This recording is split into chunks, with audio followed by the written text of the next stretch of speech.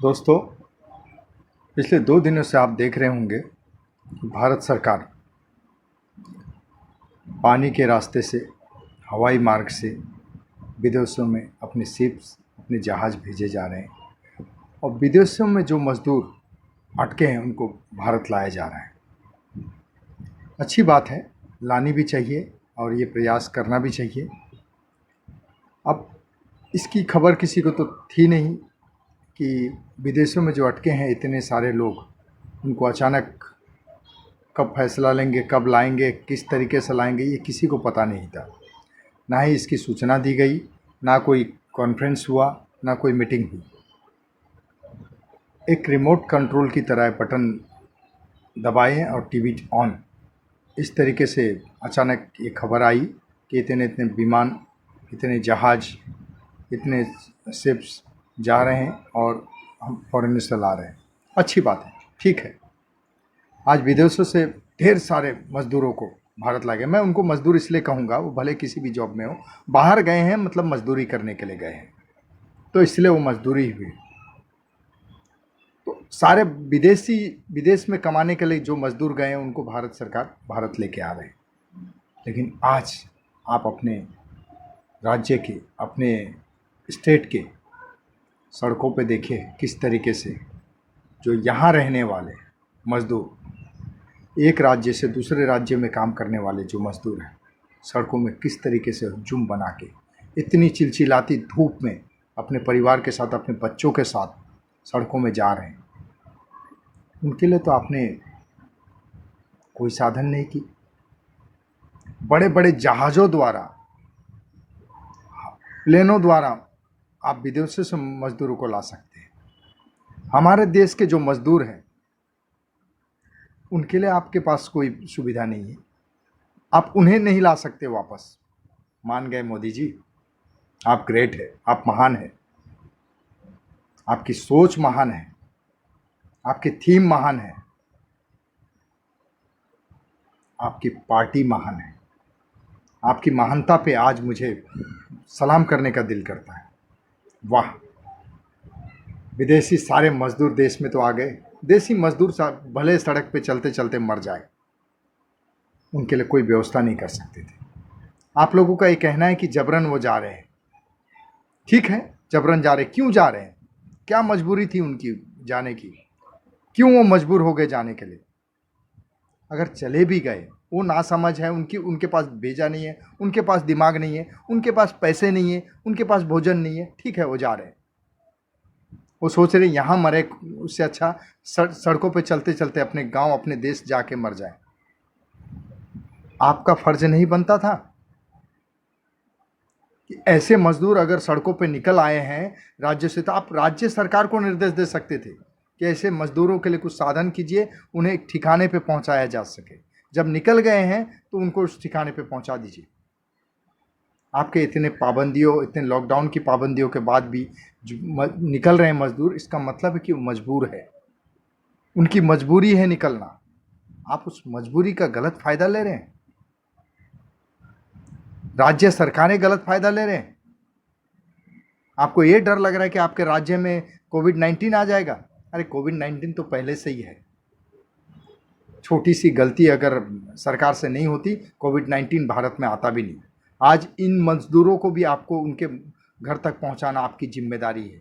मोदी जी, हम चाहते हैं 2024 में भी आप ही आए, लेकिन ऐसे किसी की लाशों में चल के, किसी की लाशों को सफ़र करके आप 2014 में फिर प्रधानमंत्री बनेंगे?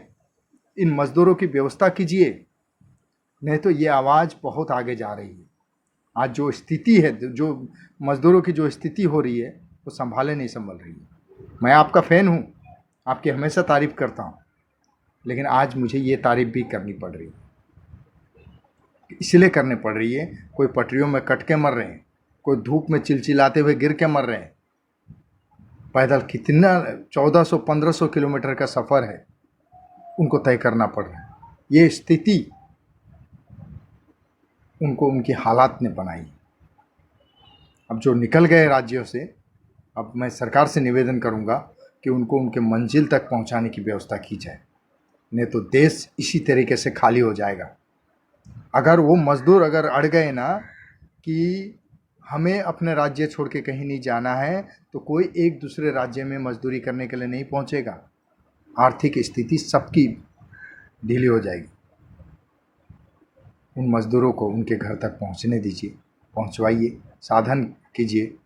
निवेदन है आपसे, थोड़ा वो कीजिए, राज्य सरकारों से बोले कि जब अगर निकल गए हैं तो उनके लिए कोई भी साधन कीजिए, ऑटो कीजिए, टैक्सी कीजिए, बस कीजिए, कोई भी साधन कीजिए, उनको एक ठिकाने तक पहुंचाइए। इस चिलचिलाती धूप में वो हताश हो जाए, गिर जाए, पड़ जाए, इससे अच्छा है कि आप उनके पर ध्यान दीजिए। आप विदेशी मज़दूरों पे ध्यान दे रहे हैं मोदी जी, आपसे निवेदन करूंगा कि आप भारत में कमाने खाने वाले इन मज़दूरों पर भी ध्यान दें। दोस्तों, अच्छा नहीं लगता है जब हम खबरों में ये सब देखते हैं कि यहाँ से इस बॉर्डर पे इतने मज़दूर हैं, यहाँ से सड़कें पैदल चल रहे हैं, कोई साइकिल लेके जा रहे हैं, कोई ऑटो लेके जा रहे हैं, कोई ट्रकों में लद के जा रहे हैं, कोई कंटेनर पे घुस के जा रहे हैं। बहुत ही दुर्दैव है, बहुत ही मतलब तकलीफ़देह मतलब खबर है भारत के लिए। ये तस्वीर भारत की जब बाहर वाले देखेंगे, विदेशी देखेंगे, तब उनको लगेगा भारत कितना विकासशील है या कितना विकास कर चुका है। आगे भविष्य में ऐसी तस्वीर ना देखने को मिले तो आप लोगों को चाहिए कि उनकी व्यवस्था करें। आज 10-10 रुपया भी आपके सरकारी फंड पे लोगों ने दिया है, वो फंड कब काम आएगा? अभी ज़रूरत है उस फंड की, उस पैसों की अभी ज़रूरत है। आप वो फंड कब यूज करेंगे? अभी कीजिए उसका इस्तेमाल, अब ज़रूरत है। हर व्यक्ति ने उसमें डोनेट किया है, वो पैसे फंड में रख के कोई मतलब नहीं। उस फंडों का इस्तेमाल कीजिए, इनके लिए साधन कीजिए, या तो मज़दूर ना ही जाए तो उनके लिए उस तरीके की व्यवस्था कीजिए। जब मज़दूर ही जनता देश में ना रहे तो देश किस चीज़ का, किस काम का देश? कहाँ का राजा, कहाँ मंत्री, कहाँ नेता, अगर प्रजा ना हो तो। मेरी बातों को आप गौर कीजिए, सुनिए, और मोदी भक्तों को मेरी बातों से थोड़ी सी तकलीफ़ हो सकती है, लेकिन आप यकीन मानिए मैं भी मोदी भक्त हूँ, लेकिन आज मजबूरी है। जो खबरें अब मैं देख रहा हूँ वो खबरें अच्छी खबरें नहीं। ऐसे खबरें नहीं बननी चाहिए, ऐसी घटना देश में नहीं होनी चाहिए। दोस्तों, एक बार फिर मिलेंगे।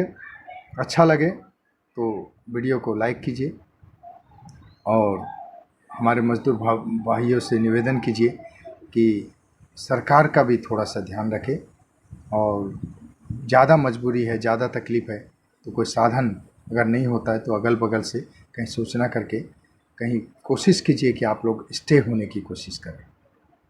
नमस्कार, जय हिंद, जय महाराष्ट्र।